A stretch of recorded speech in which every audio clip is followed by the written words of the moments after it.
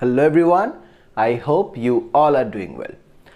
আজ আমরা স্পোকেন ইংলিশের একটা স্ট্রাকচার শিখতে চলেছি এবং সবচেয়ে ইন্টারেস্টিং ব্যাপার হলো এই স্ট্রাকচারে শুড হ্যাভ হ্যাড কথাটা একসাথে ইউজ হয়। কাজেই চলো দেরি না করে স্ট্রাকচারটা শিখে নেওয়া যাক। দেখো, আমি বোর্ডে কিছু সেন্টেন্স লিখেছি। তোমার একটি ল্যাপটপ থাকা উচিত ছিল। রাহুলের একটি ভালো গৃহশিক্ষক থাকা উচিত ছিল। এখানে উচিত ছিল কথাটা কি মিন করছে? উচিত ছিল কথাটা এটাই বোঝাচ্ছে যে কোনো জিনিস থাকলে ভালো হতো কিন্তু সেই জিনিসটা নেই। ওকে, তো এবার প্রশ্ন হচ্ছে এই কথাগুলোকে আমরা ইংলিশে কিভাবে বলতে পারি, তার জন্য কোন স্ট্রাকচার লাগবে? প্রয়োজনীয় স্ট্রাকচারটা হলো, প্রথমে আমাকে সাবজেক্ট বসাতে হবে, তারপর বসাতে হবে শুড, তারপর বসাতে হবে হ্যাভ, হ্যাভের পরে বসাতে হবে হ্যাড এবং লাস্টে বসাতে হবে অবজেক্ট। এবং স্ট্রাকচারটা শুনে একটু কেমন লাগছে কারণ হ্যাভের পরেই হ্যাড বসেছে। মনে রাখবে এখানে এই হ্যাডটা ভার্বের থার্ড ফর্ম হিসাবে কাজ করছে।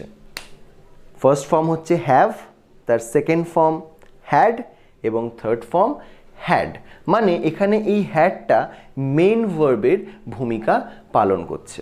এবং আরও একটা জিনিস মনে রাখবে, এই যে কথাটা শুড হ্যাভ হ্যাড, এর মানে হচ্ছে থাকা উচিত ছিল। ওকে, এই থাকা উচিত ছিল এই কথাটাকেই মিন করছে আমাদের শুড হ্যাভ হ্যাড। আশা করি তোমরা স্ট্রাকচারটা বুঝে গিয়েছো। চলো এইবার এই ফর্মুলাটাকে ইউজ করে এই সেন্টেন্সগুলোকে কিভাবে ট্রান্সলেট করা হয়েছে সেটা শিখে নেওয়া যাক। প্রথম এক্সাম্পল, তোমার একটি ল্যাপটপ থাকা উচিত ছিল। এখানে সাবজেক্ট হচ্ছে তোমার, তো আমি ইউ বসিয়েছি, তারপরে শুড হ্যাভ হ্যাড, কি থাকা উচিত ছিল?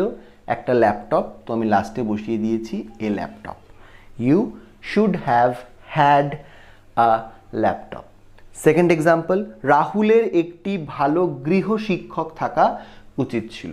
সাবজেক্ট রাহুল, তারপরে শুড হ্যাভ হ্যাড ফর্মুলা অনুযায়ী বসিয়ে দিলাম।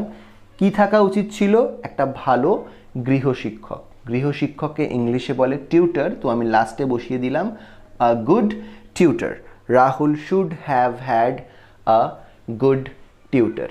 এখানে একটা কথা আমি বলতে চাইবো, অনেকেরই মনে হতে পারে সাবজেক্ট যেহেতু রাহুল আছে তাহলে এখানে হ্যাজ বসতে পারে। আমি হয়তো হ্যাভ ভুল বসিয়েছি, তা কিন্তু নয়।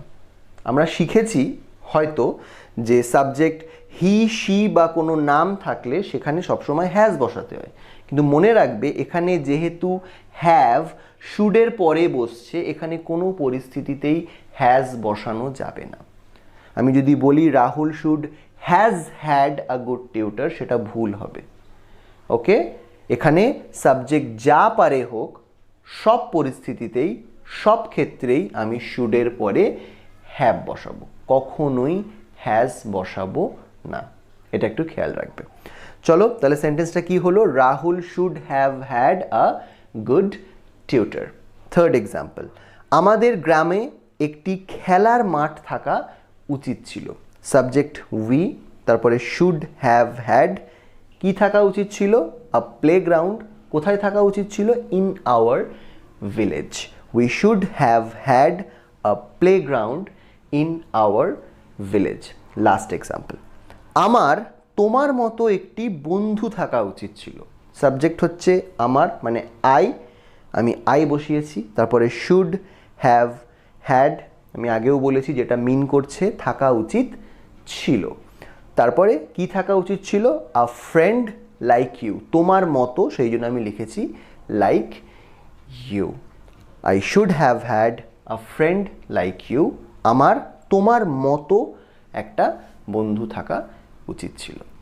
আশা করি তোমরা স্ট্রাকচারটা বুঝে গিয়েছো এবং এটাও শিখে ফেলেছো যে কখন এই স্ট্রাকচারটাকে কিভাবে ইউজ করতে হয়। তোমরা এই স্ট্রাকচারটিকে ভালো করে প্র্যাকটিস করো এবং নিজেদের ডেইলি কনভারসেশনে ইউজ করার চেষ্টা করো। আজ তাহলে এতটাই। That's all today, tata.